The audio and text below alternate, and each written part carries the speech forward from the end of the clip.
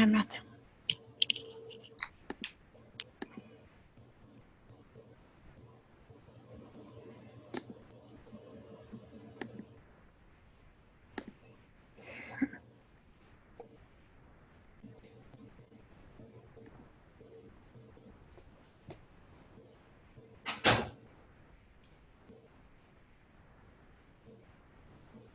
Well, looks like we have a few of you on board. Can you hear? Everything all right? Good deal. Let's see what we have. We got Victoria, Brianna, Mackenzie, and Karma. Good to see all of you. I'm Clark Cavan. You may have heard of Dr. Cavan. The real Dr. Cavan roams the halls of education over there at Tarleton. That's my wife, and she runs the Educational Diagnostician program. So if you've heard people talk about Dr. Cavan, it's not me, because this is the first course I've taught there. I did some administrative intern supervision way back in the early 2000s, and so I have that experience from there, but nobody will know who I am other than my wife and a few others around there. So if you've heard her, then that's who it is. I understand we're having some problem finding the book. Anybody had any luck with that yet? I found it on Chegg. I'm not hearing anybody. Is that me or is that y'all? I found it on Chegg, like Brianna said. Brianna, were you talking? Yes, I said I found it. Are you on muted? Chegg. You're not muted, No. but I'm not hearing you. That must be my sound.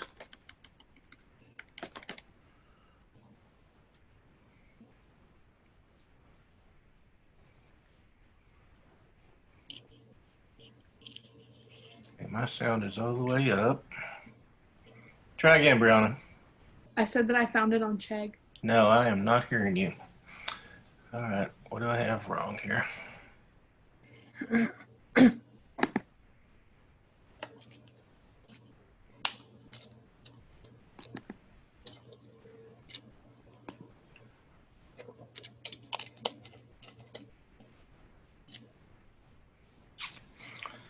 You're not muted. I'm not hearing you.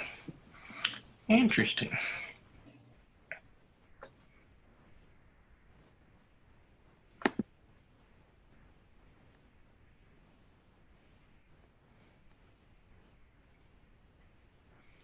How about you, Victoria? Try to say something. I found it on Chegg, Man, like I'm not hearing anybody. Okay. Are y'all hearing each other? Yes, Brianna, we're do you hearing hear each other. Mackenzie? Or vice versa? Yes. And y'all are hearing me? Yes.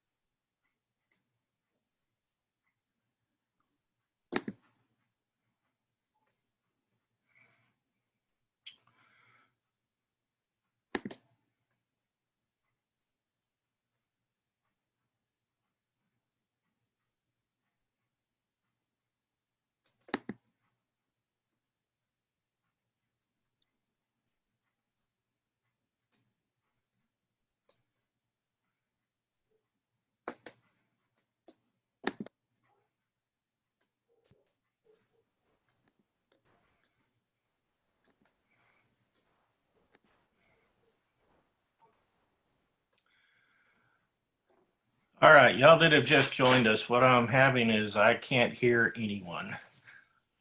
You may got ideas. You're not muted, and my speaker is all the way up.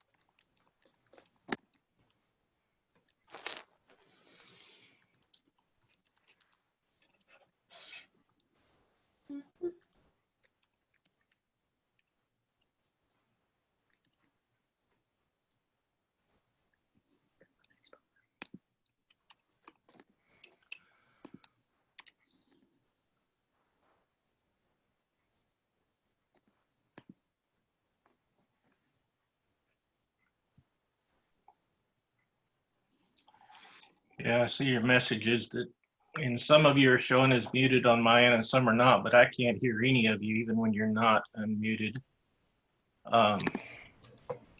But rather than waste everybody's time, I guess we'll go ahead and jump in. You can chat questions if you have them. And I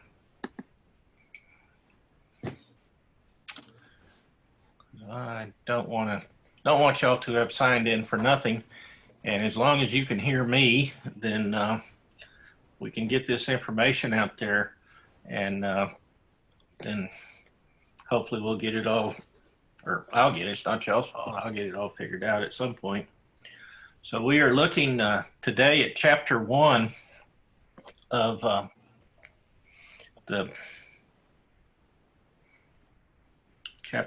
our text, and it's kind of an overview of special education services. So we'll just jump in, and if you chat a question to me, then I will try to get to those. If I don't see you chat, then just wave your hand or whatever, because I can see y'all that have your video on. I just can't hear anyone for some reason. So we often talk about exceptional students, and I thought exceptional students just meant these were really, really good students. Like, I'm sure y'all are exceptional. You're the exception to the rule. But what it means is the exception to the rule in that not like, quote, normal, whatever normal is. So we have to talk about some things that make up for to be an exceptionality. One be an impairment. An impairment is normally a loss. Loss of vision would be an impairment. Loss of hearing would be an impairment. A loss of an arm or a leg would be an impairment. But also loss of mental capabilities, mental ability to learn, ability to read, ability to write, all of those sorts of things. A disability is simply a term for a limitation, and we much prefer that word to handicap. When all of this special education law started, it was actually called the Education of All Handicapped Children Act. And handicap has taken on a derogatory meaning.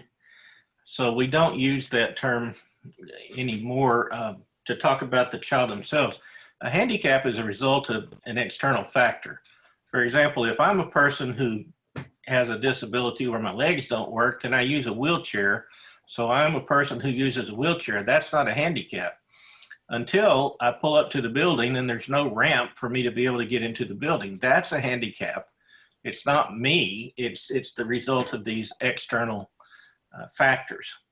Another thing that we always want to talk about, and that the law is real big on, and I'm not a huge political correctness person, but this is a big deal, and especially when we're working with people with disabilities, is that we use person-first language. You don't talk about the wheelchair kid. You might talk about a child who uses a wheelchair. You don't talk about a deaf kid.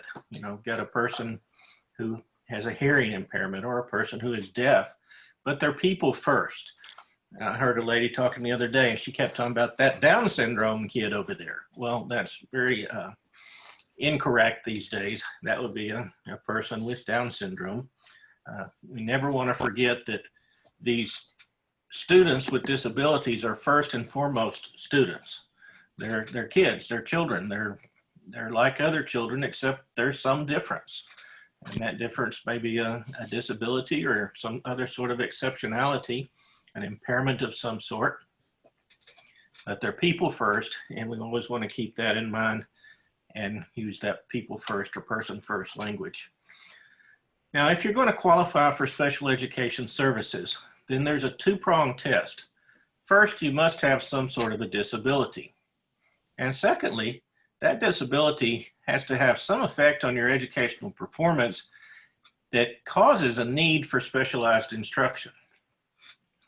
I'll give you an example. My youngest daughter, who, by the way, went to Tarleton, graduated from Tarleton, so good for her. When she was young, she had a speech and language disability. I I couldn't understand a word she said. And through going through some speech language training while she was a little bitty kid, then by the time she got to school, she was doing much better with it and people were able to understand her. So by the time she was in midway through her kindergarten year, they said, this is no longer having any adverse effect on her, so we're going to take her out of special education. She doesn't need any specialized instruction anymore. Interestingly, and don't tell her I told you this, but I would identify her as a child with Asperger's syndrome. She has a lot of the quirks that someone with Asperger's, which is on the high end of the autism spectrum, has. But, you know, she was able to go through the honors college at Tarleton, and she was able to get a job and buy a house and live on her own and all those sorts of things. So even though she had this disability or exceptionality, it never really affected her. It didn't have an adverse effect on her educational performance. Therefore, she never qualified or needed special ed services after that speech problem was taken care of. There are a number of laws and a number of court cases that have gotten us where we are at this point. One of them that we're probably all familiar with is the ADA, Americans with Disabilities Act of 1990. And that's the law that has required anybody who gets government money to have ramps and wheelchair access and all of those different modifications to their buildings to enable people with disabilities to be able to access them. So that one is not really big for you as a teacher. It's big for the district that you'll be working in. It's big for the school that you're going to, because they've put a lot of money into complying with ADA. But the ones that you're going to be more familiar with is what's called the Individuals with Disability Education Act, or IDEA. And that was authorized in 2004. It actually, as I said, began in 1975 with the Public Law 94-142, the Education of All Handicapped Children Act. And through different iterations of it, it became the Individuals with Disabilities Education Act in 2004.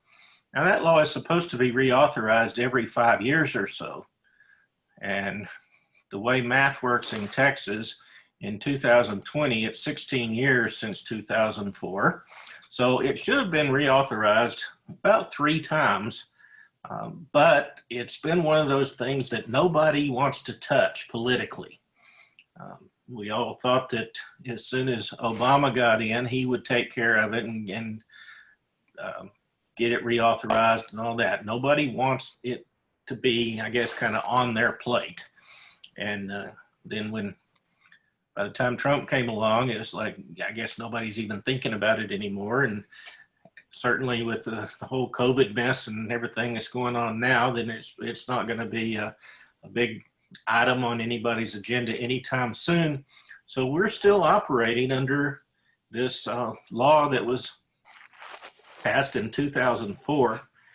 And the other one that you're going to hear about, you may have even heard the term Section 504. That's a 504 kid.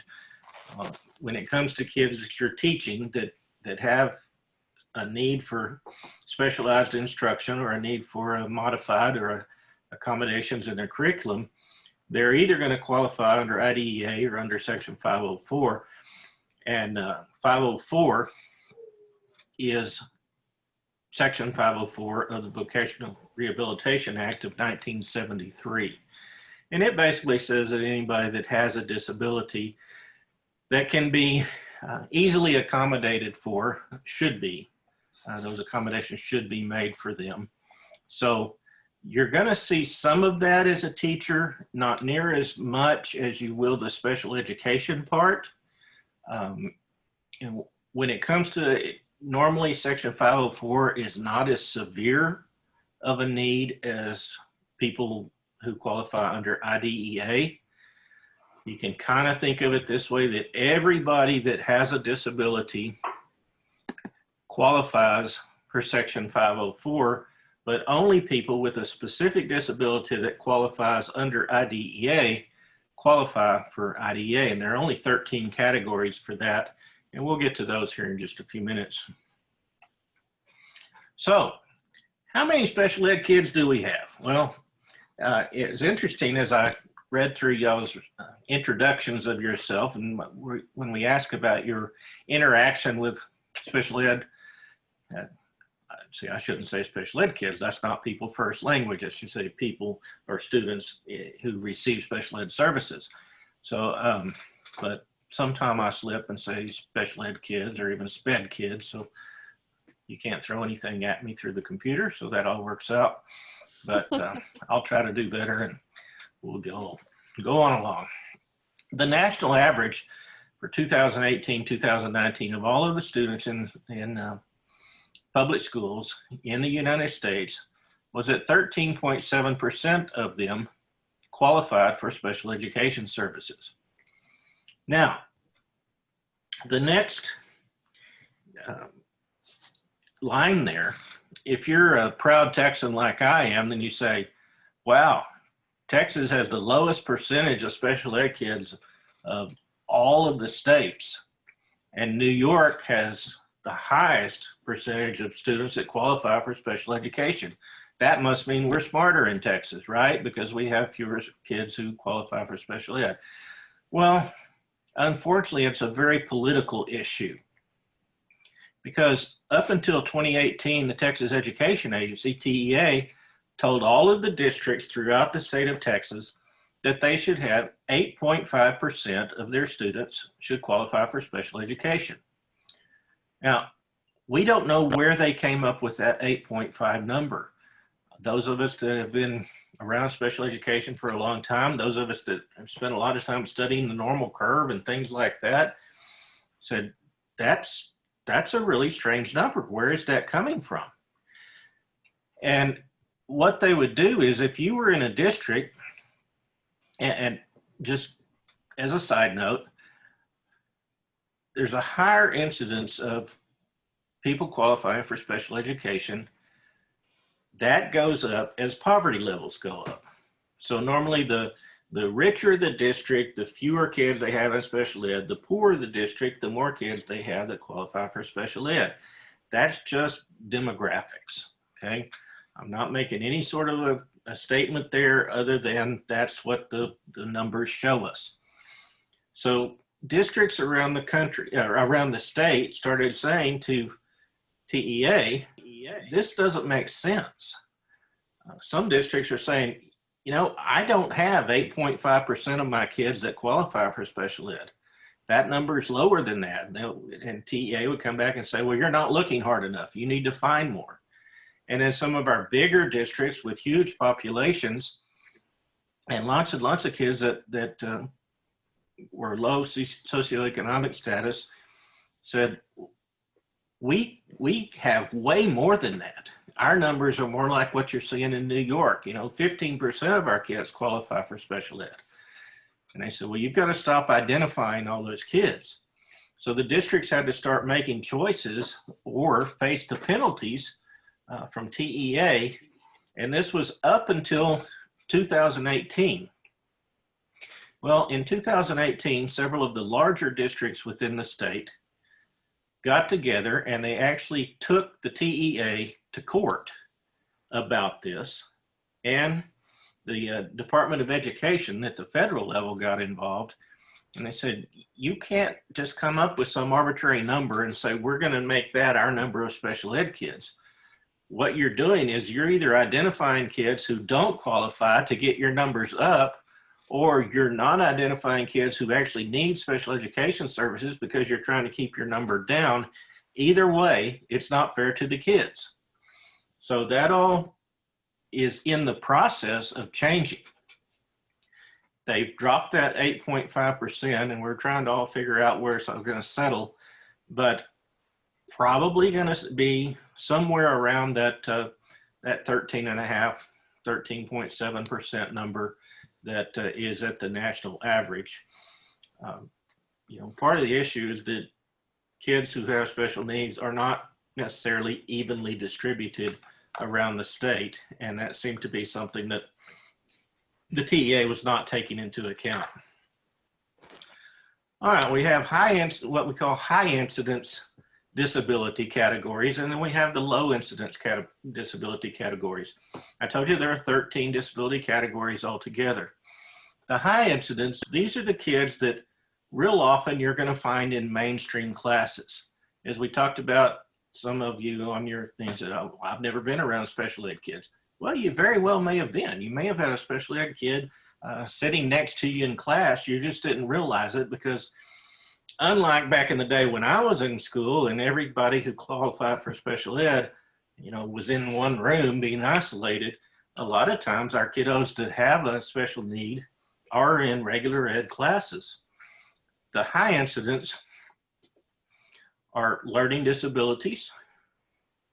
And by high incidence, I mean the highest percentage of our kids who qualify for special ed.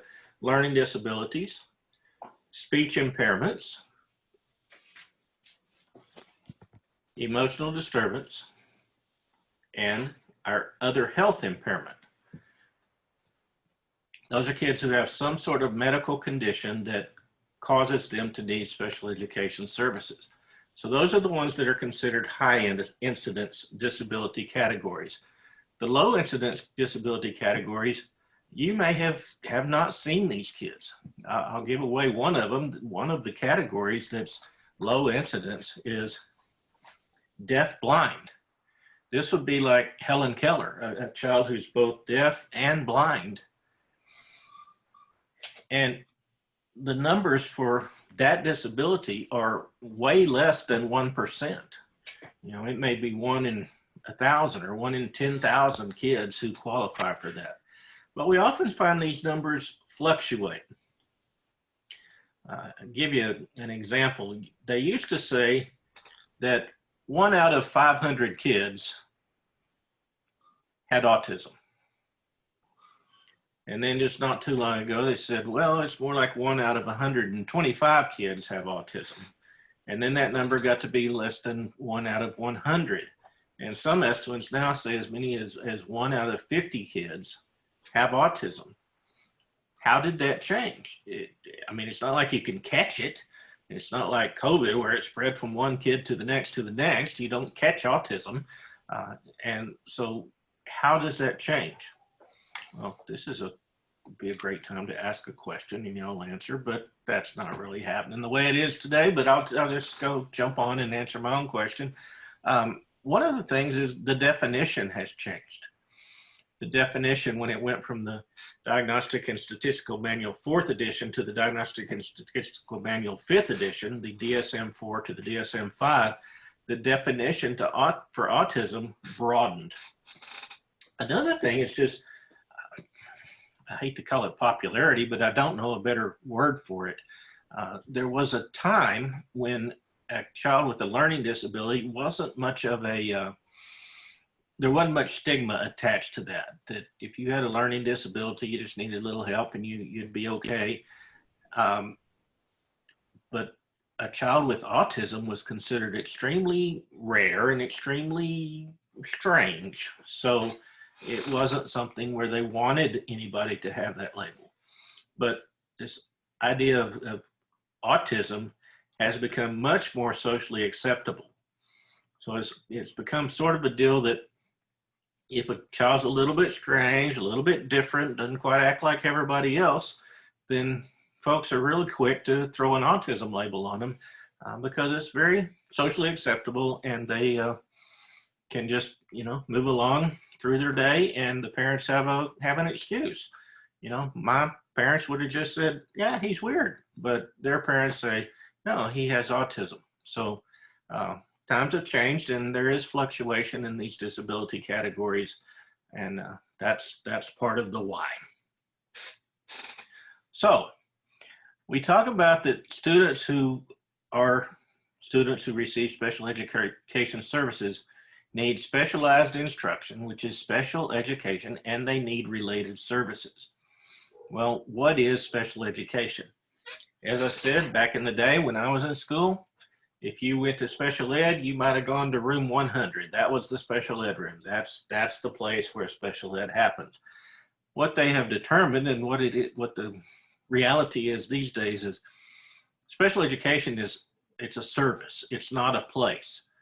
If you need special education and you can get that within the general ed classroom with some modifications, some accommodations, then that's what we want you to do.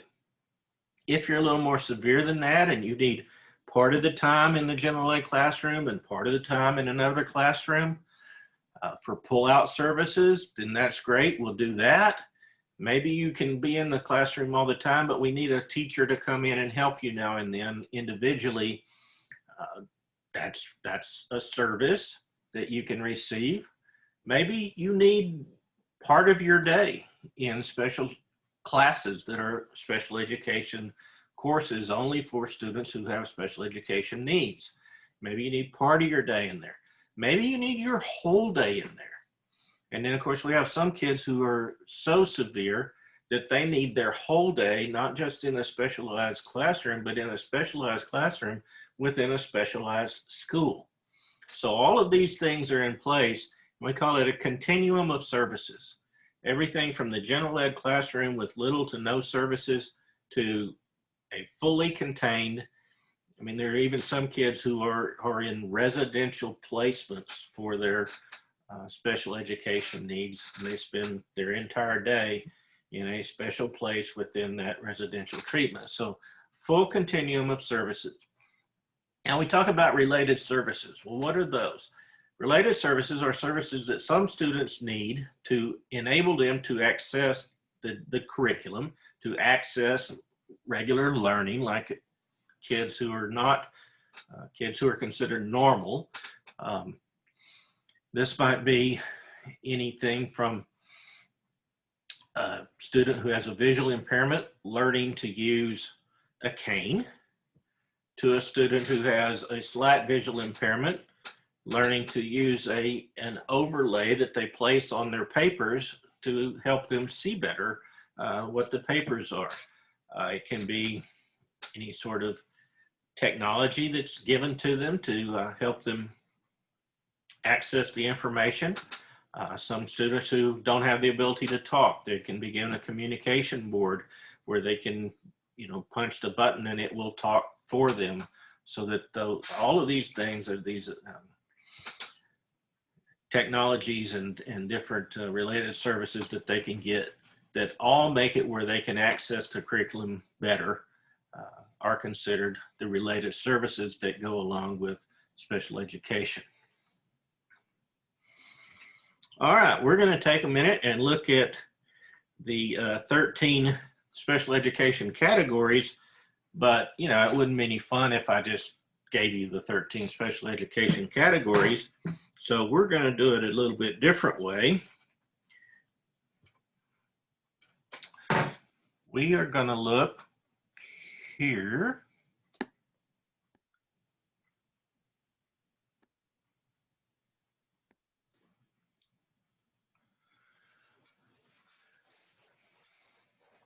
All right, can y'all see that?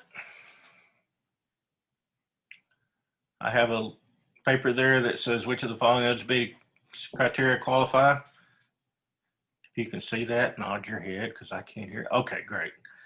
And I've only got one person who's brave enough to have her face up for me, so I do appreciate that very much. So as we look through these different ones, there are 13 here that are considered the special ed categories under which you can qualify for special education. You actually have this paper under your resources on our on Canvas. So if you want to print this out for yourself or keep it in your computer or your iPad or wherever, you actually have this if you want it. You don't have to have it. The 13 are written in the book, but Texas calls them a little bit different. And since we are preparing you to be teachers in Texas, then that's why we're doing this. So the first one's real easy. Is that a disability category or not? Learning disability. This is yes. This is learning disability. Yes, learning disability. We call it LD. That's one of our categories in the state of Texas. The next one, attention deficit disorder, special education or not? Somebody else put your face up here and help her out. She's all by herself. Feel sorry. Oh, there's some more people. I just didn't scroll up far enough. So attention deficit disorder. Do you think that qualifies you for special education?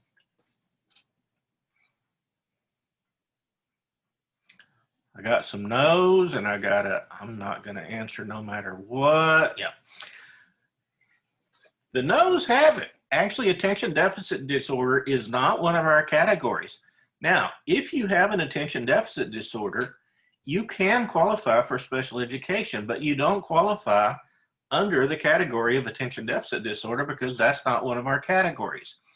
You'll actually qualify, and you have to have a doctor sign off that you have it and that it affects your learning, but you'll qualify under a category called other health impairment. So I've given away another one there.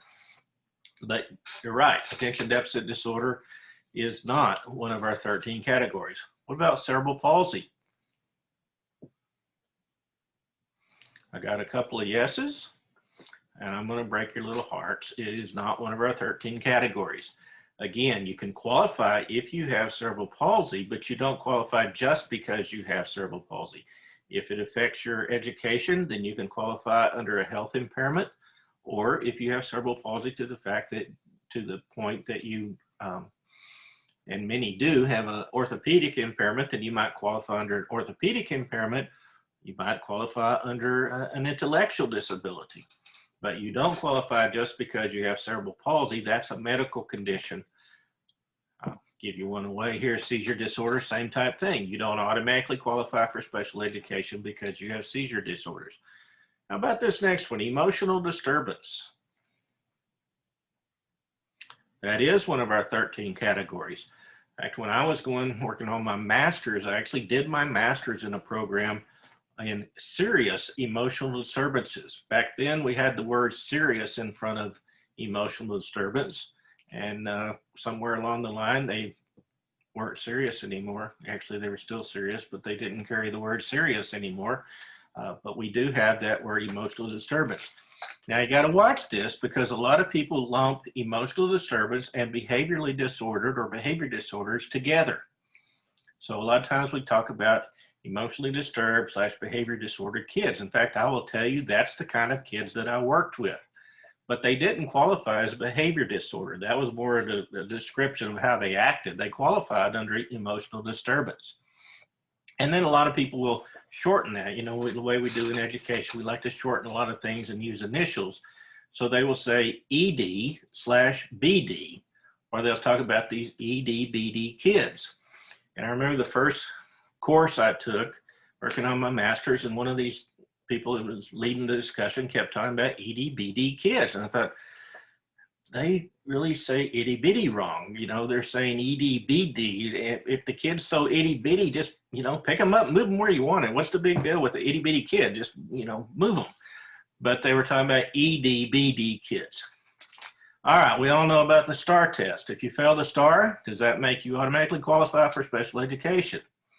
No, as much as many teachers would like that, it doesn't happen. Multiple disabilities. Category or not? I got a yes. I got another yes. I got a thinking about it. It actually does count as one of our categories. And this might be a student who has an orthopedic impairment, but is also deaf. You know, they have two very different things that are playing on their whole ability to get their education. Orthopedic impairment, I gave you that one away a while ago. That is one of our categories. This might be a kid who uses a wheelchair. It might be a kid who needs crutches or something like that. Now, just because you use crutches, does that mean you automatically have an orthopedic impairment and qualify for special education services? Yeah, no, it doesn't even make sense, does it? You're playing basketball, you sprain your ankle, you walk on crutches for a little bit. You know, that doesn't make you special ed. That just makes you clumsy. So, and they're done that, understand. Early childhood, if you're in early childhood, are you disabled? No, you're just a little kid, okay? Are some little kids disabled, or will they have disabilities? Absolutely, but just all of them in general, no. Speech impairment. This is one of our categories. And I certainly understand because some people are kind of hesitant. Remember, it's a two-pronged thing. You have to have the disability, but it also has to affect your education. Some of you that have a keen ear and listen to a lot of this thing, you may have picked up on the fact that I have a lateral lisp. All right.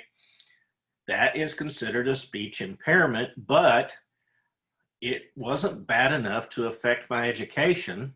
So although they had a lady come and try to help me learn to talk better, I wasn't considered special education because it wasn't bad enough that it kept me from being able to access education in a typical manner. But speech impairment is one of the issues. It is one of the categories. In fact, it's one of our more common that you'll have a lot of students qualify as speech impaired. Limited English proficient. We've all heard that term, right? Does that qualify for special education? No, it qualifies for a whole lot of other things. These are our English language learners. These are ESL kids, but they get a lot of extra help, but it's probably not under special education. That doesn't mean you can't have limited English proficiency and qualify for special education, but just because English is not your first language doesn't mean you automatically qualify. What about the slow learner? We've all heard that term, right? If you're a slow learner, do you qualify for special education? Got lots of no's, and you're correct.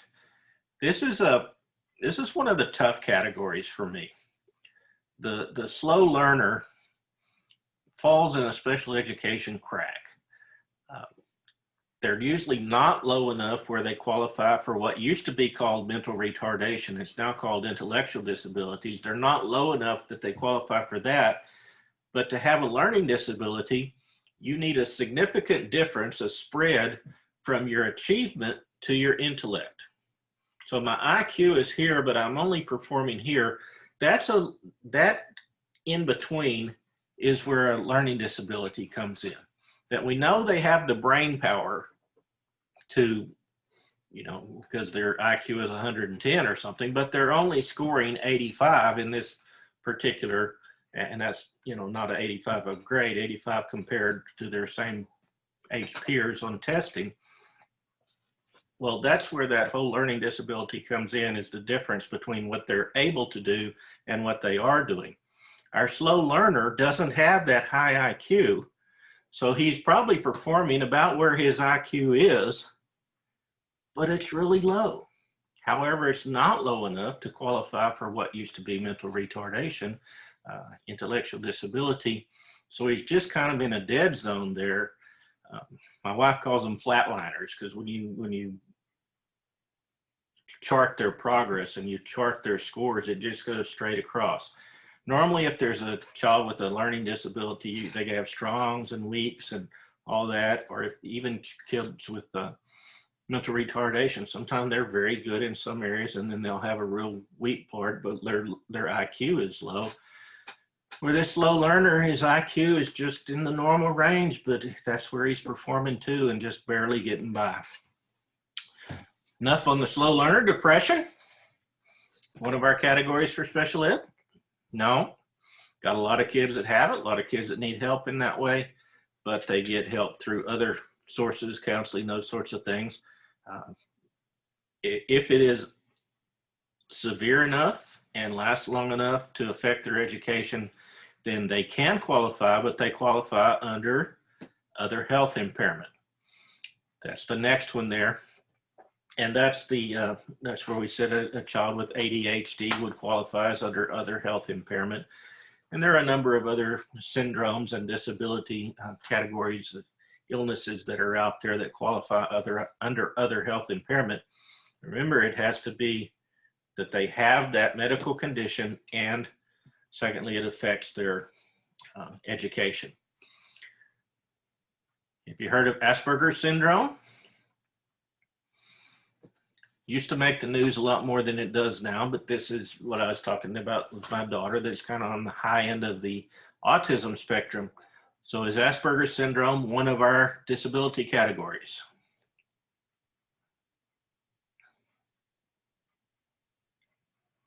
Nope, you're right, it's not. It is on the autism spectrum. Normally kids who have Asperger's syndrome usually are high enough functioning that they can probably do school okay. They're just kind of different. We used to use the term weird, but that probably wouldn't be politically correct anymore. But they just act kind of different.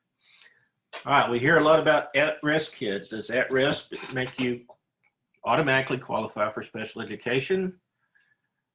It does not, and therefore it is not one of our categories. I've had a lot of these kids in my time. They are work inhibited. They don't want to do their stuff, right? That's not a special ed category, but it is a frustration for you as a teacher. Visual impairment? Yes, one of our categories, and this includes students who are blind. Jumping back up, traumatic brain injury. We don't hear about this one a lot, but this is one of our categories. Kids who have had a traumatic brain injury means that they were born normal, they were growing up and everything fine. Where we usually will run into a traumatic brain injury is a student who was in a bad car wreck, say. If you are in an inner city district, you might run into kids who have been shot and brain was damaged through a shot to the head or something like that, and it has affected their ability to learn, then they may have a traumatic brain injury. Very interesting to study kids who have traumatic brain injuries. Many of them will actually recover at some point. And so in some ways, it's a very, I guess, hopeful special education category, because the brain is an amazing thing. It can eventually heal itself, or it can have another part of itself take over the part that was damaged, but it may take a long time. My dad had a stroke, and for 7 years, he couldn't feel the left side of his face. And he went to shave one morning, and all of a sudden he could feel the left side of his face. And so it took 7 years, but his brain eventually retrained and took over that part.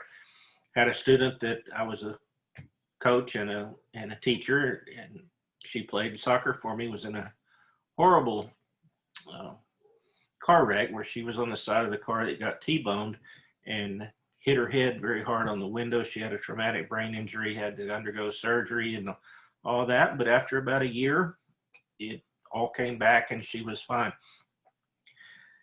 So in that way, it's a hopeful condition. In another way, it's very sad, because a lot of times, even a kid with an intellectual disability, they've always been that way. It's just kind of what they're used to. But a kid with a traumatic brain injury often can remember. I've had them say to me, I used to be smart. And you just feel so bad for them that they're frustrated now in their learning, when at one point they did know that they were smart, and they can remember that I used to be able to do this and now I don't. All right, next category, free and reduced lunch. Does that qualify you for special education? No. What it does qualify is it helps your school get federal monies. So there's some federal monies that follows kids who qualify for free and reduced lunch. That's how you become a Title I school and all that. So, but we won't spend a whole lot of time on that. Bilingual, does that mean you're in special ed? No. Again, like our English language learners or limited English proficient, they might struggle some in their learning if they have holes in their language. A lot of kids who are bilingual, they learn some in their native language, and then they missed out on some and started learning in their second language, but they had missed out on some. They may have some holes, but by and large, it's a good thing to be bilingual. An intellectual disability, we mentioned that several times. This is one of our categories. It used to be what we call mentally retarded. That whole term, that R word, the retarded term or retardation, has gone out of vogue. That's a bad word now, so we don't use it. However, told you that this law was written in 2004. In 2004, retarded was not a bad word. It meant slow, which is what the term retarded meant, is that they were mentally slow. So the term that you will find in the law is mental retardation. In Texas, we've changed our verbiage and we use the term intellectual disability because of the derogatory aspect of mental retardation. But that's what you'll still find in the federal law, and that is one of our categories. It's usually abbreviated ID. All of these, we use in special ed lingo. A learning disability is LD, a traumatic brain injury is a TBI. Most of the terms we talked about ED. Intellectual disability is ID. Next one there is autism. One of our categories. It is. Before the year, I think it was 2000, when IDEA was reauthorized in 2000, autism actually fell under emotional disturbance. It didn't have its own category. But in the 2004 iteration, it does have its own category, and it has gotten extremely popular. It's still considered one of the low incidence disabilities, but it's much more popular than it used to be. Down syndrome, one of our categories. Everybody's doing me a yes, and I certainly understand that, but we got to think about it. Down syndrome in and of itself is not one of our categories. Most people who have Down syndrome have a IQ in the intellectual disability category, or in the mental retardation range, which is typically below 70, is usually what they talk about as if you're below 70, then they used to say you were mentally retarded. Now, then you're intellectually disabled if your IQ is below 70. Most people with Down syndrome do have an IQ below 70, and most people who have Down syndrome do have an intellectual disability. Now, it's rare, but there's a condition called mosaic Down syndrome, where you have a person who has Down syndrome, but they have an IQ in the normal range. So that's, you probably will not have any of those at your school, but be aware that that is a reality. It could happen. Chronic absenteeism, qualify you for special ed? No, absolutely not. It's huge though. It's a big problem for you as a teacher. It's going to be one of the most frustrating things you have, because these kids end up missing what they need to know, and you're trying to make it up to them, and letting your other kids have spitwad fights while you're trying to help this kid that was absent so much. So, it's a very frustrating thing for teachers. It's a very real problem for the learner who is absent and misses a lot of school because of this absenteeism. They're not, the fact that they're missing school is not near as big as fact. It's the fact that they're missing learning. They're missing what you're teaching. So you have to try to make that up. All right, the next one is dyslexia. We've heard a lot about dyslexia. Is that one of our categories? You're right, it is not. Dyslexia actually means a difficulty reading. So many kids who are dyslexic have a learning disability in the area of reading. If so, they would qualify as learning disabled. However, many schools have programs for kids who are dyslexic or kids who have dyslexia. And it's above and beyond different than special education. Sometimes it falls under 504. But a lot of times schools will have a dyslexia program, and so it doesn't qualify under special education. However, if a child has dyslexia, she might have a learning disability in the area of reading, or might get special services through 504. Next one is deaf-blind. We talked about this one already. This is the Helen Kellers of the world. It is one of our categories. It's the least incidences of any of the categories that we have. You probably will never meet one of these children. They do need very special learning, very special education. If you've ever seen the movie Miracle Worker and you saw some of the amazing things that Anne Sullivan did when she was trying to teach Helen Keller, many of those same type techniques are still used. Oppositional defiant disorder or oppositional defiant behavior, does that qualify you for special education? No, it doesn't. You could qualify as having an emotional disturbance if you are oppositionally defiant, but you might not. And when we get to the section where we're talking about emotional disturbance, we're going to find that the definition in the federal law is really strange. It says that if it's an emotional disturbance, then it can't be a social maladjustment unless, of course, the social maladjustment is caused by an emotional disturbance. So you have this cyclical language that is, just makes you think, oh man, that's so government to write it like that. But we'll break that down when we get to that point later in the semester. Auditory impairment. Yes, one of our categories. This includes students who have auditory impairments even to the point of deafness. The reluctant learner. No. This is that kid that you're going to be doing everything you can to drag the learning out of them, but doesn't qualify for special education necessarily, at least not under that category. Non-categorical early childhood. Not going to even torture you with this one. We talked earlier that some kids who are early childhood have issues.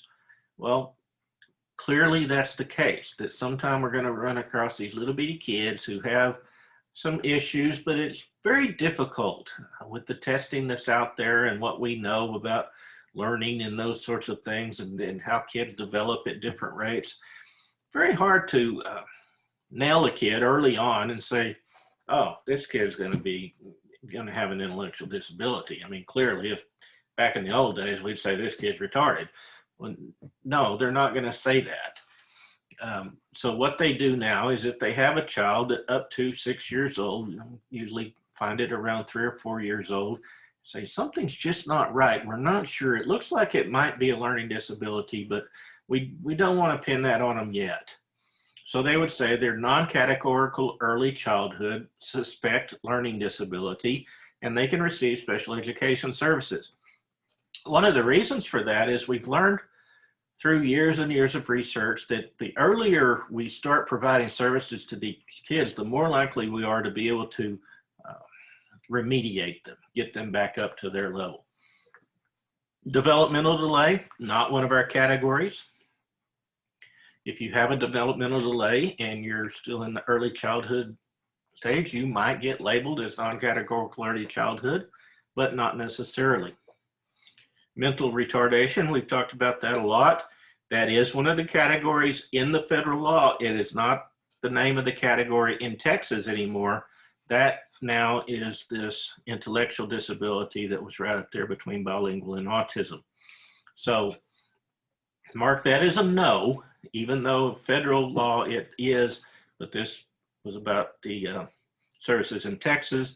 So in Texas, if you are mentally retarded, you have an intellectual disability instead. Conduct disorder, is that a special ed category? It's not. If you have a conduct disorder that qualifies to the point that it's an emotional disturbance, then you would be served under emotional disturbance. But conduct disorder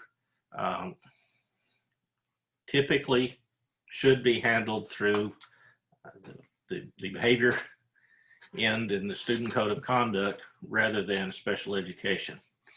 And the final one there, pervasive developmental disorder, you should have counted. We've got 13 by now, so that's not one of them, but it is a disorder that can greatly affect kiddos. And normally if a child has pervasive developmental disorder, they will qualify under non-categorical early childhood and then most likely end up in the intellectual disability category. All right, I've been talking a long time. Y'all been very patient, and I appreciate that.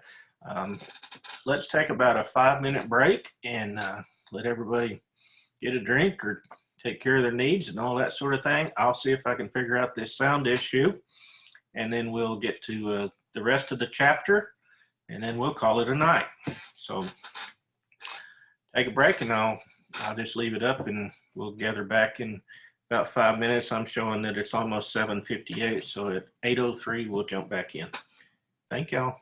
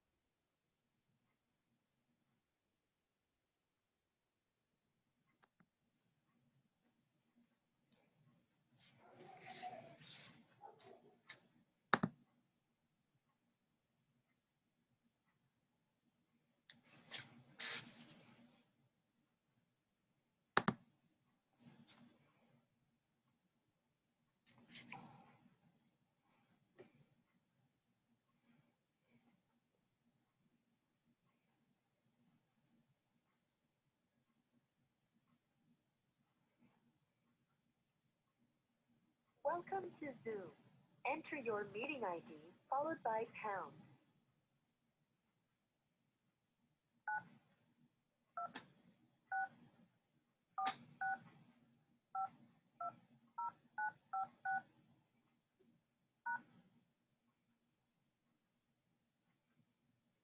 Enter your participant ID followed by pound. Otherwise,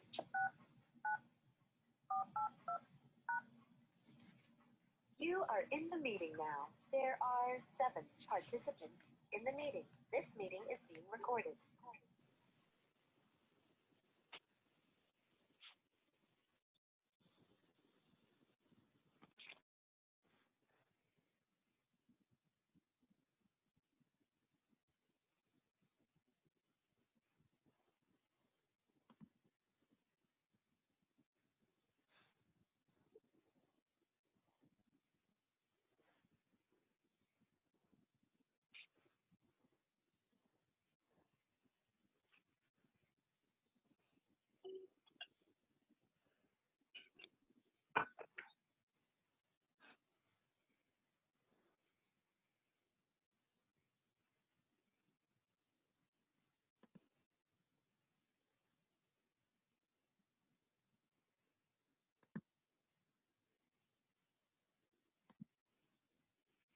Hey, Victoria, can you unmute and talk to me?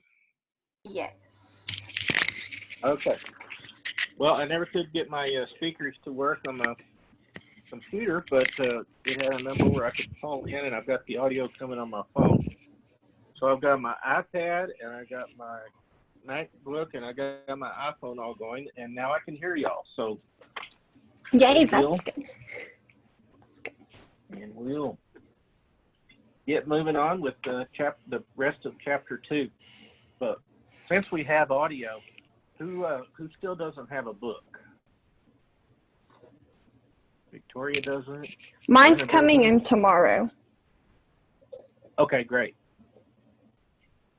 Did anybody do the online, where you can get the book online? Did anybody try that, or is everybody ordering the hard copy? I ordered it off of Chegg, and there wasn't an online option on there, so I ordered mine today, and it's coming in September 1st. Oh, wow, okay. Anybody else have book issues we need to talk about?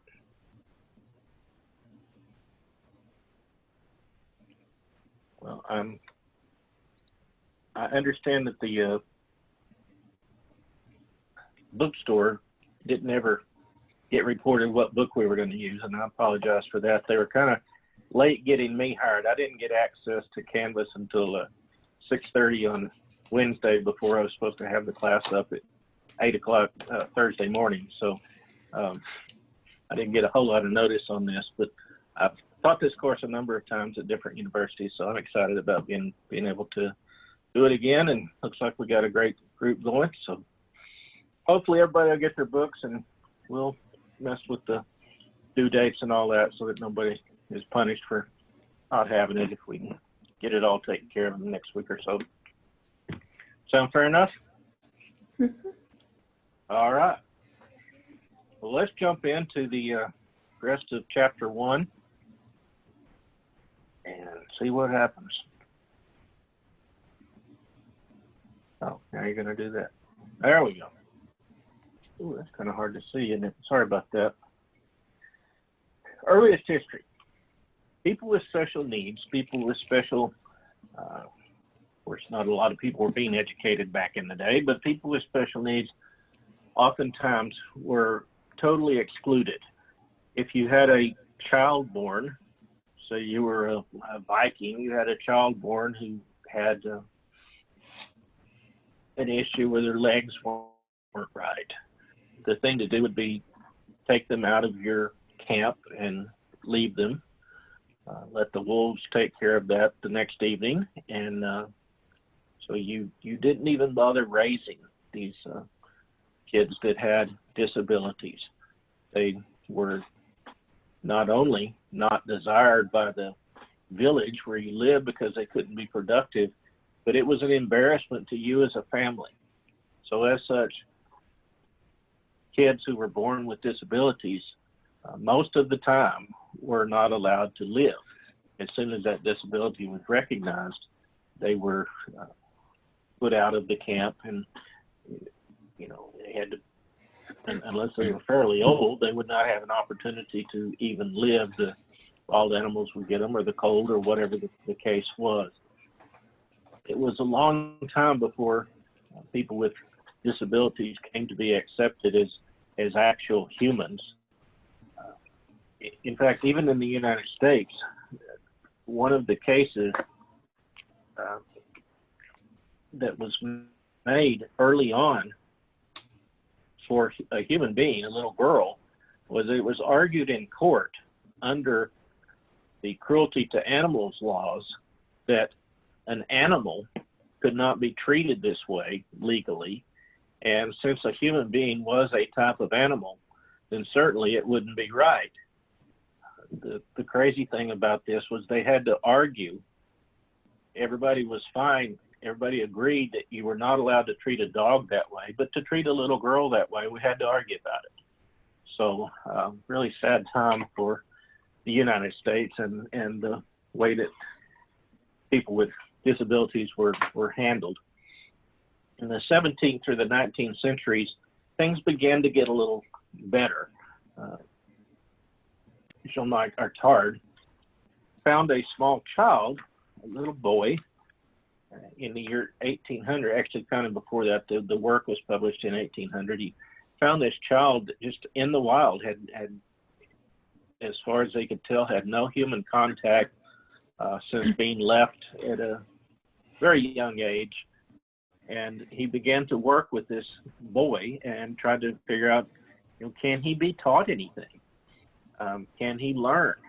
And actually published the research and the test that he ran with this kid, and published it in 1800. And people began to think about people with disabilities, or at least with differences. In 1839, the first public school for people with who learned differently, who may not have been as smart as the others, opened that would accept people like that. It was generally believed that if a child was retarded or a child was disabled, that they needed to stay at home and kind of be treated like a family pet. The family could train them as much as they were trainable. In fact, they used to have categories of mental retardation, whether they were trainable or whether they were educable. And so they would look to people with these learning differences and decide, well, hey, I think he could be trained to do this or that. He certainly couldn't be educated. He'll not learn to read and write, but not everybody is, so no big deal. Then in 1867, the Horace Mann School for the Deaf opened in Boston. So that was a huge step forward. But by 1912, we took a big step backwards. This man named Goddard did some research, and in his research, he implied that low intelligence and deviant behaviors were hereditary. So if your child was had a mental deficit, well, it's because he got it from you. Or if a child acted bad, it's because he learned that from you. It was a genetic thing. It came down through hereditary. Well, what would that do to families? Obviously, if they had a child who had a problem, then they didn't want that to reflect poorly on them. So a lot of times, these students with disabilities or these students with behavior issues would be kept in the house. Nobody would even know that they existed, kind of locked in the back room kind of thing. By 1922, a man named Orton had started developing some approaches for reading problems. Before that, they taught you how to read, and if you didn't learn to read the way that everybody else learned to read, you just didn't learn to read. But not everybody needed to read. It's not that big a deal. By 1922, we had the founding of the CEC. That's the Council for Exceptional Children. So this is the first nationwide, in fact, it became an international organization that began to speak up in the advocacy and education role for people who had disabilities. This organization is still around today. In fact, you can join as a student CEC member if you'd like to, and there's a Texas chapter of the CEC. So it's still around, and they still advocate for people with disabilities and work on the best educational practices for those who work with students with disabilities. In the 1940s, Strauss and Werner did a study in which they said that learning problems was indeed not hereditary, that there was a neurological basis for it. Something wasn't quite right in the brain. By the 1950s and 60s, we're real big into the civil rights movement. And they started thinking, you know what, if we're going to do civil rights, maybe we're just not talking blacks and whites. Maybe we're talking all kinds of differences. Maybe we don't just want to look at skin color. Maybe we want to look at your intellectual ability. Perhaps there is a reason. Perhaps you can still be treated as a human, even if you have what at that time was mental retardation. So an organization like the ARC. ARC was the Association for Retarded Citizens. Now, we don't use the term retarded anymore. In fact, ARC doesn't use the term retarded anymore, but they haven't changed their name. Instead of being the Association for Retarded Citizens, the ARC, they're just the ARC now. So it's still around. And then a guy named Samuel Kirk coined the term learning disability. And he came up with a specific definition for this, as we talked about a little bit, that you have an IQ at one point, but you're not achieving at that point. So your achievement is different from your intellect, and that difference is a learning disability. So the big civil rights legislation of 1964 kicked in, and everybody kind of started to look at those around them as different, that maybe we were more equal and our differences were not as big as we thought they were. Sure enough, by 1975, we had Public Law 94-142, the Education of All Handicapped Children Act. This is the first law within the United States that gave educational rights to students with disabilities. Before this time, if you had a child with a disability, you would go to the local school and you would ask the principal if your child could come, and if the principal and a teacher there were compassionate, they might let the child in, but they were certainly under no obligation to do so. After this, it became mandatory for for schools to educate people with disabilities.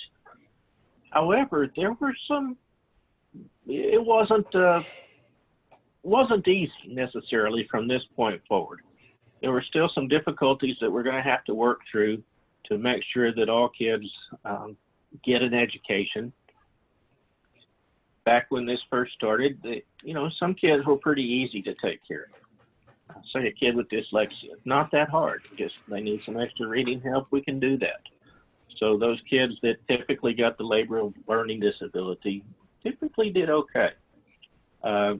A kid with a speech impairment, not that big a deal. We can handle that. And then we started having a lot of special schools for people with severe needs, like the deaf and the blind.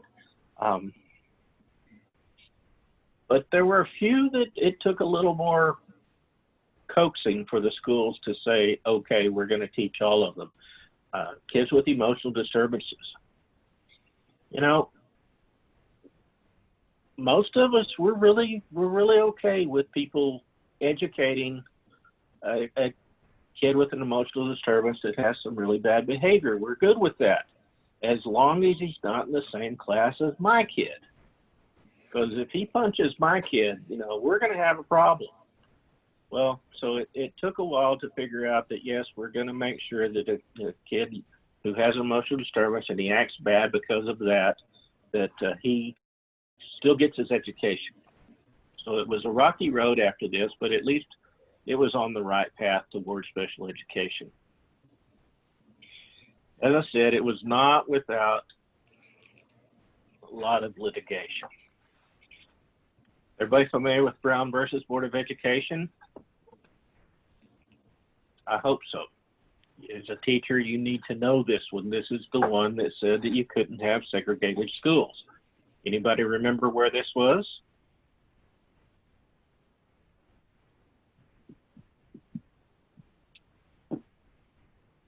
Topeka, Kansas. So when you see this written out, you'll usually see this Brown versus Board of Education of Topeka. Topeka said, hey, we want to have school for our kids of color. That's fine. But in fact, we'll have you just as good as schools, but you're not going to go to the same schools. And their basis for this was a Supreme Court case from back in the day called Plessy versus Ferguson. And under Plessy versus Ferguson, it had to do with the practice of railroad cars. And back then, they would have a separate railroad cars, and they say, okay, white people ride in this railroad car, black people ride in that railroad car. I mean, it is hard to believe that people actually were that, whatever.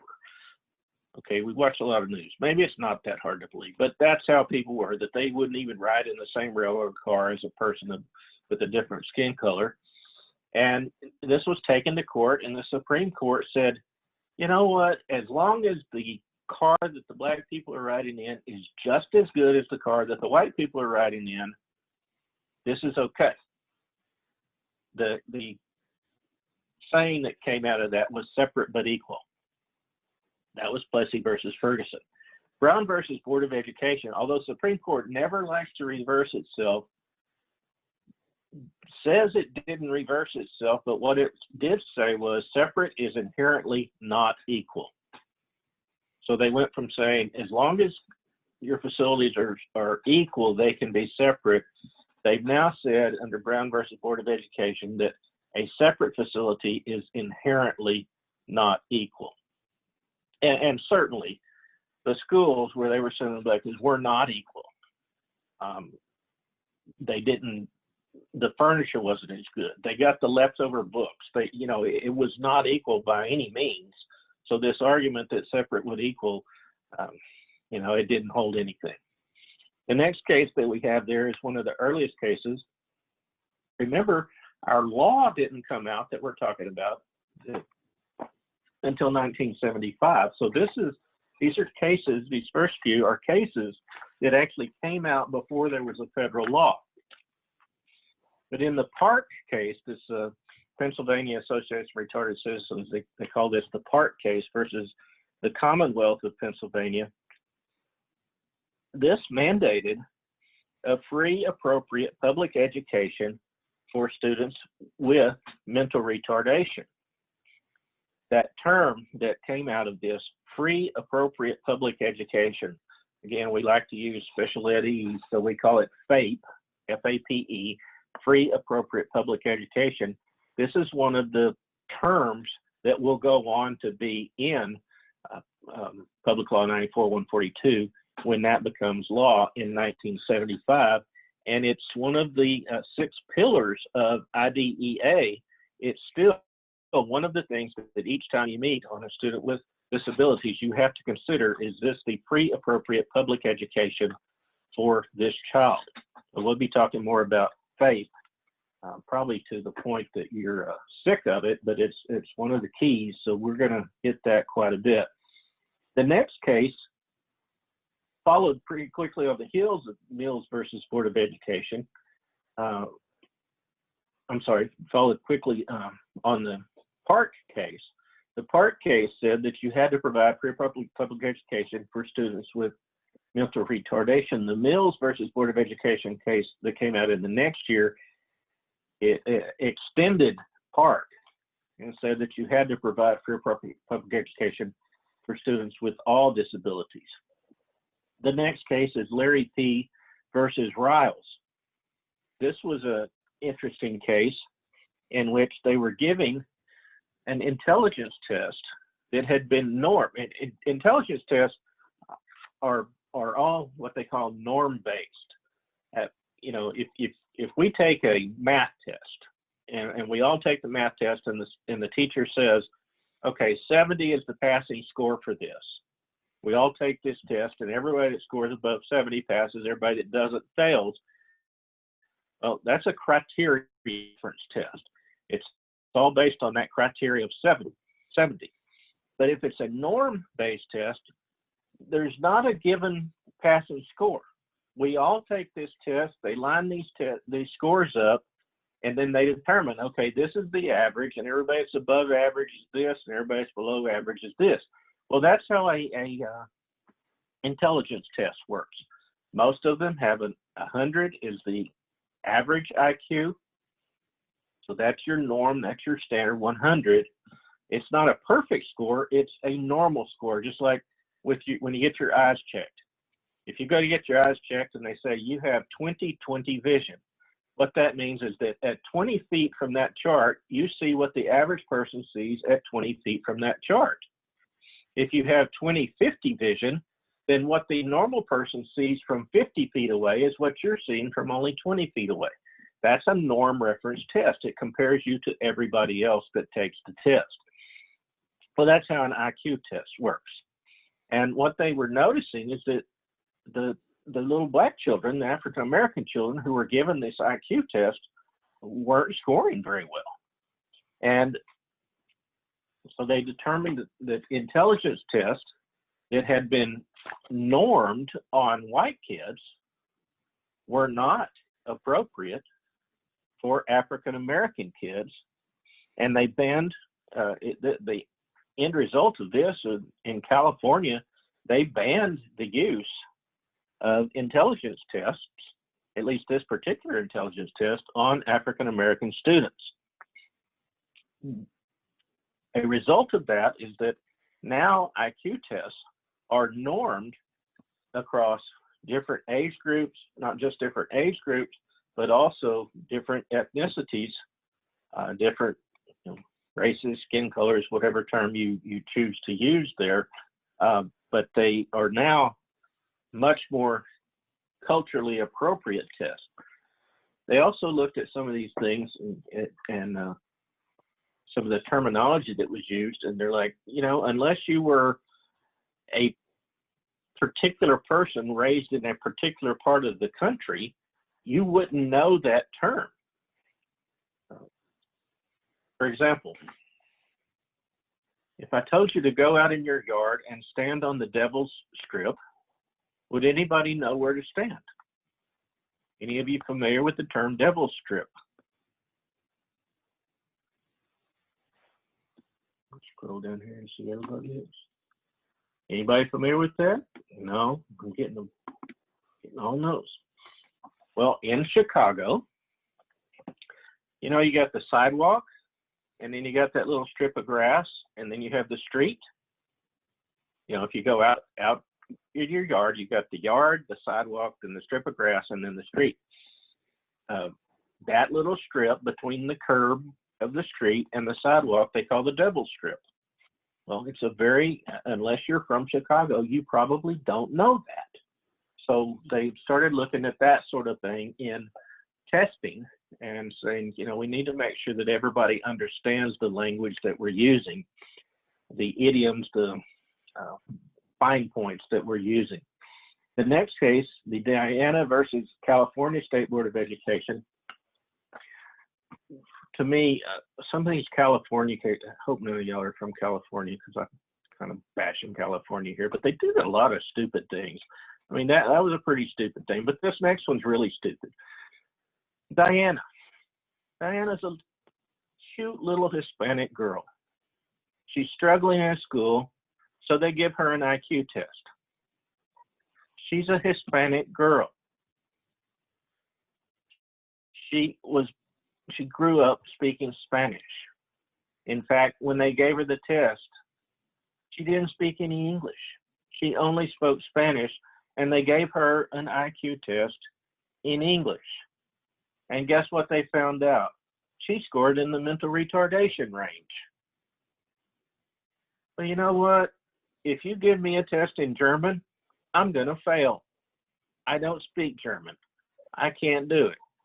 And it's crazy that there has to be a case like this, but this case says if you're going to test children, you have to test them in their native language, or a language that they're proficient in.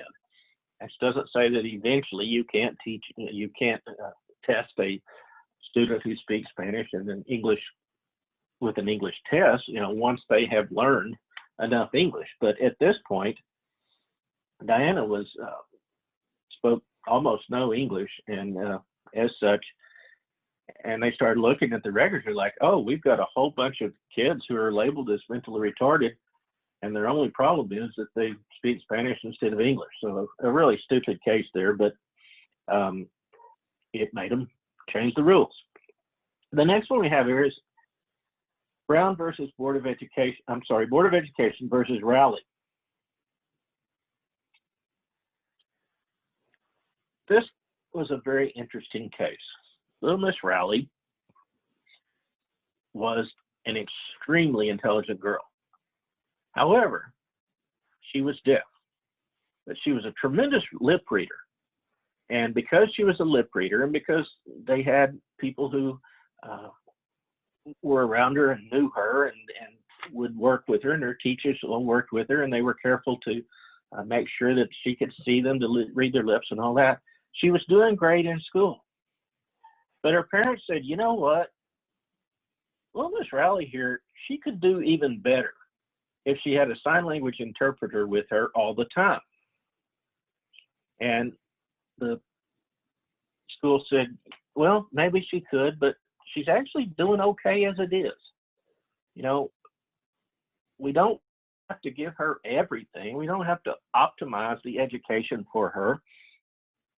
As long as we're providing a free, appropriate public education, which is what's listed in the law.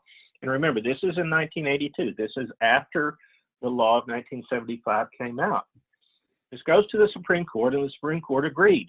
What they said is that you provide an appropriate education, but it doesn't have to be an optimum education. And what everybody in schools at that point said is, we're providing a Ford, not a Cadillac, okay?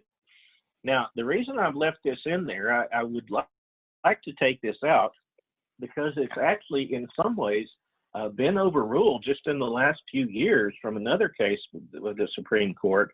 But I want you to remember that throughout most of your educational career, this has been the standard, that we provide a free, appropriate public education, but it doesn't have to be optimized.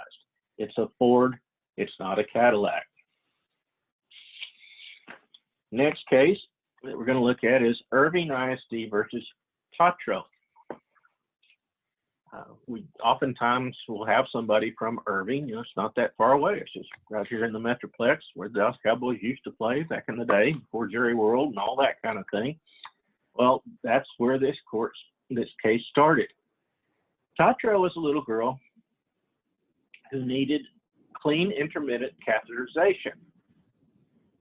Her bladder didn't work correctly, and she couldn't control her bladder, so she had to be catheterized several times a day. And the parents said, okay, Irving ISD, our little girl's coming to your school, and we want her to be catheterized several times a day so that she can go to school, and that's part of her need, and that's what you need to do because it's a related service to her special education. Irving ISD said, no, that's not a related service. That's a medical service. We don't provide that. Nurses provide that. And so this began to work its way through the court systems. Now, it's very interesting what Irving did. Irving said, we don't think that this is a related service that she needs. We think this is medical, but we're going to provide it. And they continued to provide it even while this case worked its way up through the Supreme Court. And when it got to the Supreme Court said, yes, clean intermittent catheterization is a related service that must be provided by schools. So this kind of opened the door for a lot of what used to be considered medical services that now they had to be provided by the schools in order that the student could access their education. An interesting thing, in most of these cases, when you find out who lost, they get sued for millions and millions of dollars.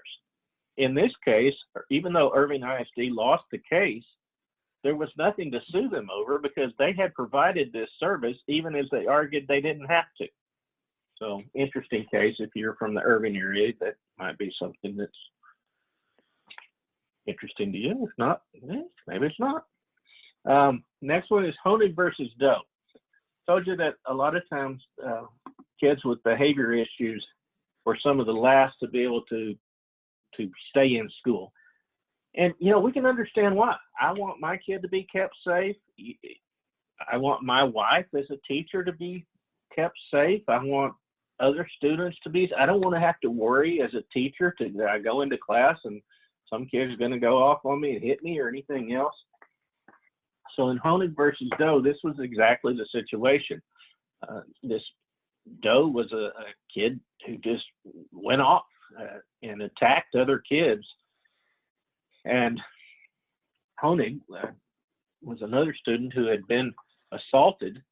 Honig's parents brought this to the school district and said, we should not have to go to school with a kid that acts like that kid. And the school said, well, we have to educate him. What can we do? So it began to work its way through the court systems. And the court finally ruled that a student whose misbehavior is related to his disability cannot be denied an education. And before this ruling, a lot of times if a child acted too bad, they were just expelled from school. Well, now you couldn't expel a child from school because of their behavior if that behavior was determined to be related to the disability. The next case, Timothy W. versus Rochester, New Hampshire School District. Timothy W. was a student who was very low functioning. They said, in fact, he was uneducable, could not be educated.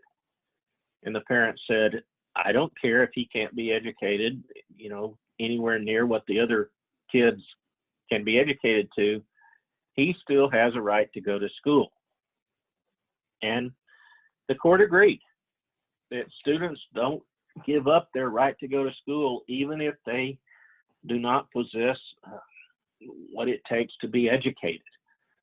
So I've seen students who their individual education plan was that they be given a spoonful of water and they swallow. I mean, that was the extent, that was their goal. That was something they were going to work the entire semester on each day, trying to give them little drops of water to see if they could try to teach them how to swallow that water. So kids that will never be able to learn to read or write, never be able to really interact with peers, communicate with others in any meaningful way, still have the right to a public education, a free, appropriate public education in the least restrictive environment at public expense. All right, we talked about the Rowley case a while ago, and I told you that Amy Rowley was a pretty smart kid. In fact, Amy Rowley has grown up. She's a school teacher now. So pretty smart kid, like y'all, you know, gonna be a teacher. And the ruling in her case was, yeah, she might have done better if she had a sign language interpreter, but she's doing good enough. It's a Ford, not a Chevy. Well, this Andrew versus Douglas County School District is a case that was just a few years ago. And the ruling from the Supreme Court, basically we said that the Supreme Court doesn't like to overrule themselves, so they find these minute differences, but basically it said that the IEP must be reasonably calculated to enable a child to make progress appropriate in light of the child's circumstances. Before that, under the Rowley case, most schools were saying, you know, as long as there's de minimis is the court term, the legal term, as long as there's some progress, we're doing good enough. And under the Andrew case, that's no longer good enough. Schools are they're not going to tell you now it's a Ford, not a Cadillac. You know, it may not be a Cadillac, but it better be, you know, a top of the line Ford. I mean, at least a Mustang or something. You know, it's got to be, you've got to be doing a lot for them. It can't be just a little bit, as long as they're making progress like in the old days. Now, under the Andrew case, it added a lot of teeth to the Rowley case. All right, that's probably enough litigation for now. We'll move on to some of the legislation. The Rehabilitation Act of 1973 This said that as long as people with disabilities could do everything else that they needed to do with just a little accommodation, then we're going to provide that accommodation. It applies, you know, in the workplace. It applies in schools. It applies anywhere that accepts federal funds. ADA is interesting in that it applies everywhere, and for the most part, whether you accept federal funds or not. When y'all were in school, you operated under a law that was known as No Child Left Behind. Did y'all ever hear that term? No Child Left Behind?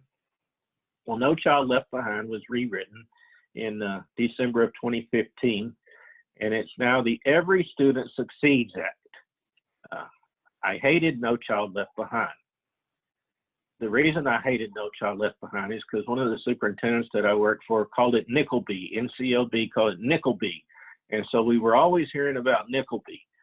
I really don't know what No Child Left Behind has, but I really hate the term Nickelby. So I was glad they changed it to something. I don't know how they're abbreviating ESSA or whatever it is, but it's got to be better than No Child Left Behind. However, the PE teacher that used to work for me did have a pretty neat shirt under the No Child Left Behind banner. It said No Child Left on their behind. So she had to make sure everybody was up and running because of No Child Left. Anyway, moving on. Those are three important acts that will apply. The Every Student Succeeds Act, it's interesting when you go to Washington and you talk to the senators who are behind these acts, and you get to meeting with them, who you actually meet with are their aides. And a lot of times their aides are, 20-somethings who have been hired by this senator to do the dirty work of writing these bills. And when we talk to, my wife used to go up to Washington every year through the Council for Exceptional Children. I went with her a few times, and we would meet with these people and say, when y'all were writing this act, what were you thinking? Because you remember some of the things out of No Child Left Behind was all children will read by 3rd grade. That was one of the rules, one of the parts of the law of No Child Left Behind. And so we're talking to these kids that wrote these things, that they're, young 20-somethings. What were y'all thinking about special ed kids when you said all kids will read by 3rd grade? I said, we weren't thinking about special ed kids. I said, did you go to public school? No, I went to private school my whole time. I never went to public. I went to a private school that my parents paid for, and then I went to a private university. I've never been around any special ed kids. I don't know. I just thought that everybody ought to be able to read by the time they're 3rd grade. Well, yeah, sounds great, but have you never seen the normal curve? Do you not understand that some people are up here and others? Anyway, what we have found in a lot of these laws is that they don't think about special education unless it's a law strictly for students with special education needs. So that's one of the things that every time a new law like this comes out, we have to figure out how do we make special education fit into this law. Hasn't been a whole lot of publicity of this Every Student Succeeds Act because it really didn't do a whole lot. It just kind of, kept everything pretty much status quo. It got rid of some of the more controversial parts of No Child Left Behind. All right, so Public Law 94-142. This was the Education of All Handicapped Children Act, and these are the major tenets of it. This still is what rules special education. We've talked about FAPE. Everybody remember what that stands for?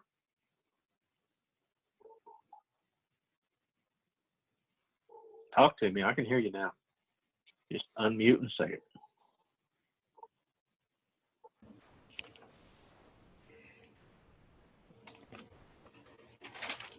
It's like fair, adequate, something education. Close. Free, appropriate public education. So free, if a person walks up and says, hey, I want my kid to come to your school, if you're at a public school, you can't say, oh, your kid has a special need, so that's going to be $2,000 a year. You know, you can't charge for it. It's free. It's actually not free. It's paid for by taxpayers, but it's free to the person who accesses it. Appropriate means it's appropriate to their level. Public means, you know, you're not paying for a private school. And education is education. Non-discriminatory evaluation. This is what we talked about with the Diana case and the Larry P case, that you can't have evaluation that gets you into special education that discriminates against a certain group of people.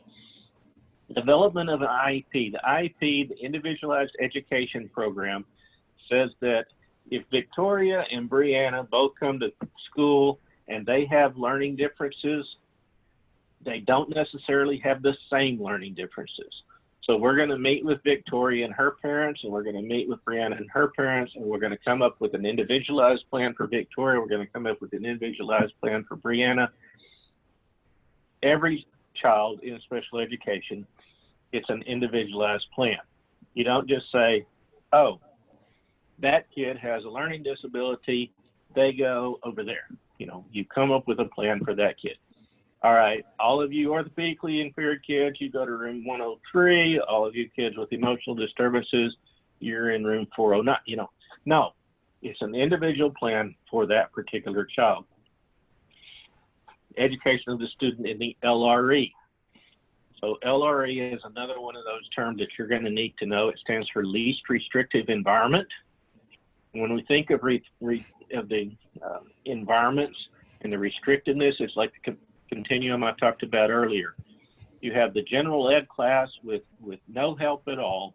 That's your least restrictive environment, because that's where all of your normal peers are. Everybody that doesn't have a disability, that's where they are. They're in the general ed classroom with the one teacher, and everything's good. End of the continuum is the very restricted placements way down here for our kiddos that need a very specialized placement within a specialized school. So we try to do our free appropriate public education within the least restrictive environment. Implementation of due process procedures. This says if the parents don't like what's going on, then there's a process whereby they can appeal what we're doing with their child. And they're supposed to be part of the team that helps make this. That gets to the right of parental participation, the next one there. But if they don't like what the school has done, there are remedies. They have a due process of procedures where they can remedy the situation. That was 94-142. A little bit of change when it became IDEA. We still have FAPE, free appropriate public education. Child Find is new.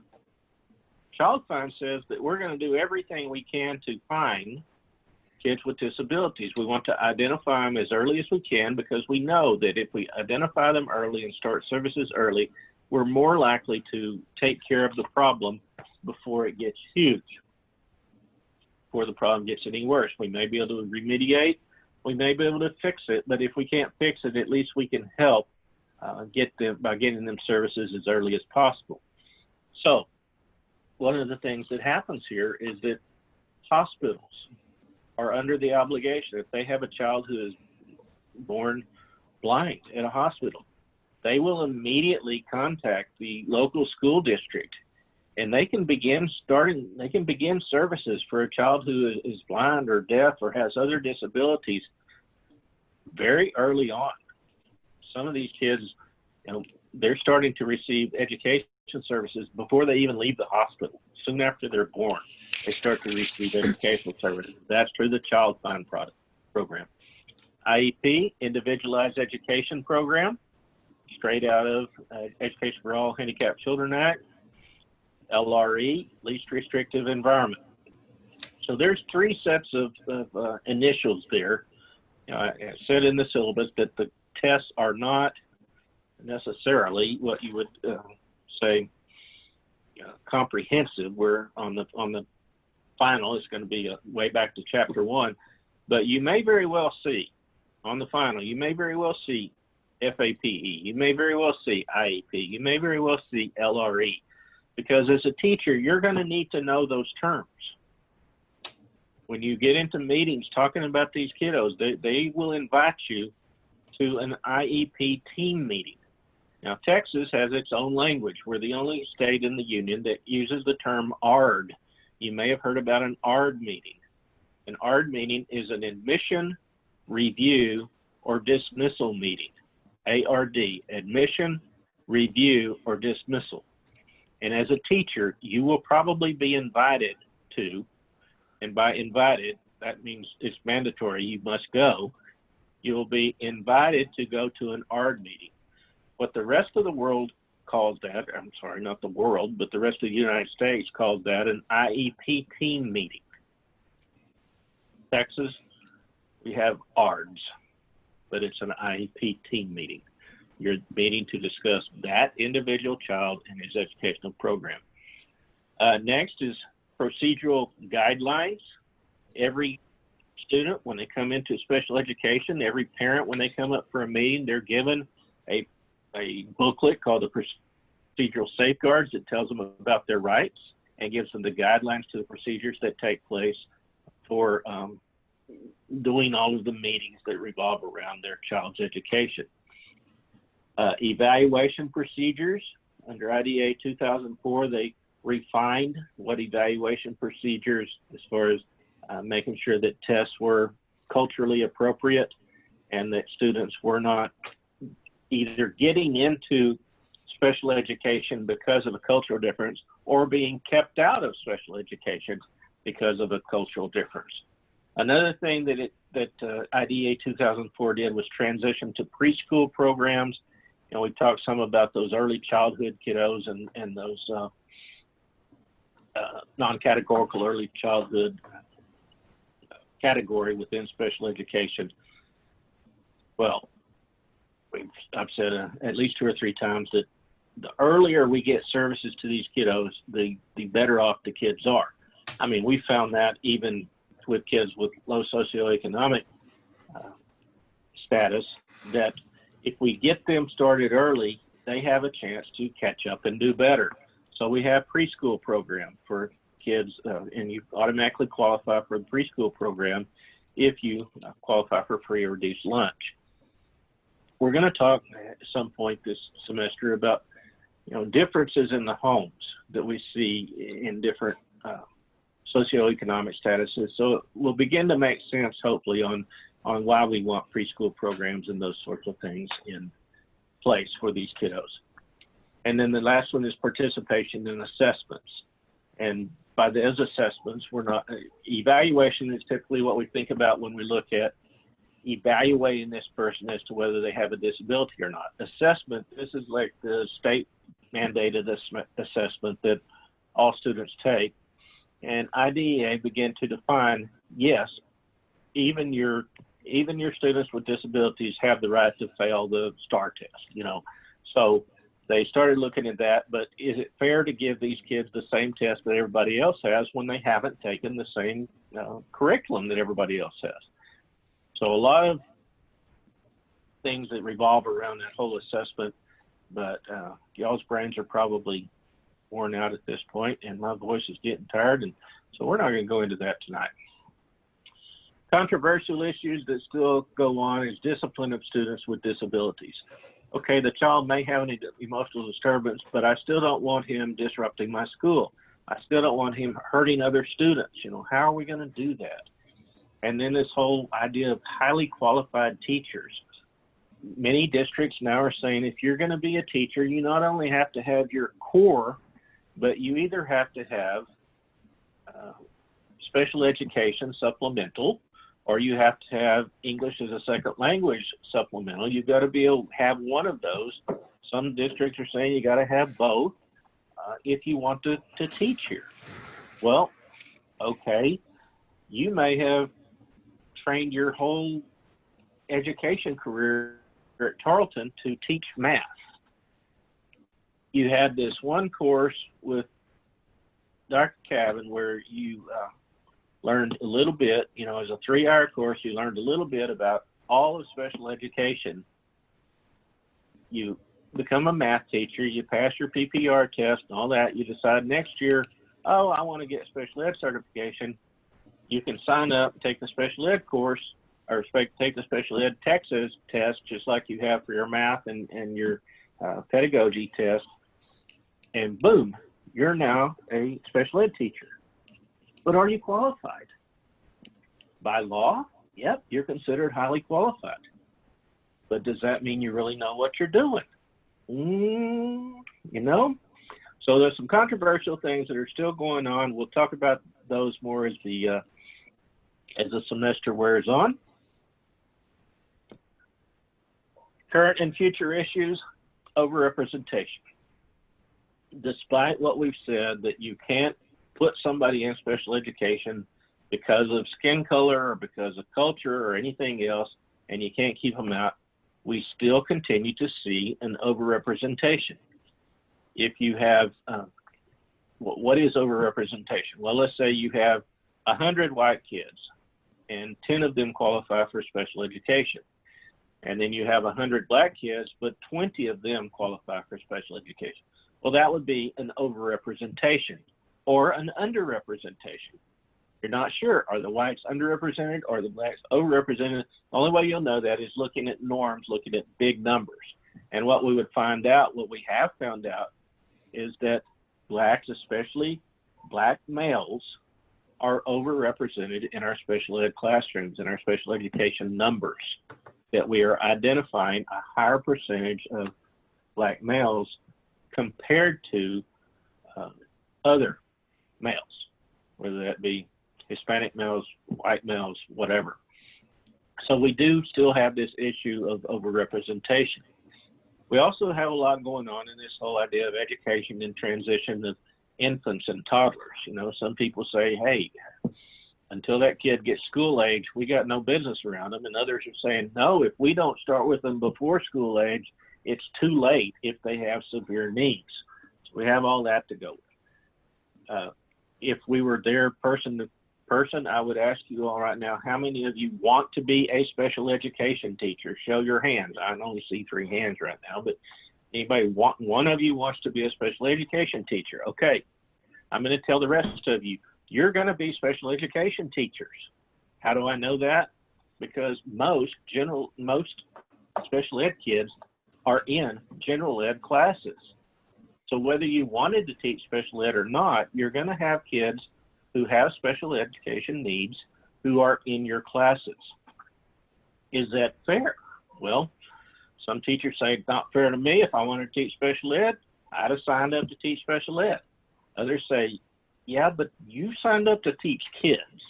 And as such, you're going to teach all the kids, no matter the needs, which sounds great until you get in there and you realize, hey, I've got 30 kids in this classroom. And those 5 over there don't speak English. They only speak Spanish. And that one there, he hasn't ever spoken a day in his life. And then I've got 5 with learning disabilities. And I've got that one there that's an English language learner. And then that one, he's crazy. You know, he's an emotionally disturbed kid. What am I going to do with him? Get off of that wall. Quit climbing. Get back down and in your seat. And you realize, man, is this really what I signed up for? And so there's some controversy here as to whether general education teachers will even exist anymore. You know, with our schools now having so many kids with so many differences, it's just hard. So we're looking at that, and one of the very promising things to deal with that is collaboration, team teaching, and getting special education teachers going into the class with the general education teacher, teams and co-teaching and those sorts of things, showing a lot of promise, really great for kids and good for teachers too. Who it's hard on are the old-timey teachers like I was that said, hey, you just let me close my door and I'll teach the way I want to teach. I don't want some other teacher in here telling me how to do this thing. So lots of controversial things coming up currently and in the future that will affect you and your careers, but we're not going to solve those problems tonight. So I will stop now. Hopefully that's going to supplement what you have in the book. If you don't have your book yet, that may be enough. Taking some notes that you have and thinking about some of this stuff, this may be enough for you to go ahead and get your discussion question down for this first week, and then get our discussion board open and kind of get a conversation going between some of y'all on some of these topics. Part of the requirement for the discussion board is that you cite something. Since we don't have our books yet, I'm going to pull that back for this week. You won't have to give any citations. This could be just opinion as we get a conversation going. So maybe something that you saw tonight that was of interest to you, or that you didn't know about, or that you think I'm wrong about, then that would be a good discussion starter. So if you want to go ahead and do that at some point, you can, whether you have your book or not. At this point, I'll leave it open for questions. I will stay here since I don't really have office hours. I'll just plan on hanging out every week after we have the webinar and take any questions and face to face like this. And then, I'm certainly available anytime. I'll get back to you as quickly as I can on emails or anything like that. And y'all all have my cell phone number. So, any questions? The book name, is that going to be on Canvas? It is on Canvas. It's on the syllabus on the left, or under resources. I put a copy of the syllabus, and all of the book information is there. It is this book, Exceptional Students, and so it is. It's a paperback book. I don't know what the cost of it is. I'm sure it's something ridiculous, but I know it's also in the syllabus. It tells you that it's either available in print or it's available as a PDF book that you can look at on your device. So, Okay, thank you. you bet. Anything else? Anyone else?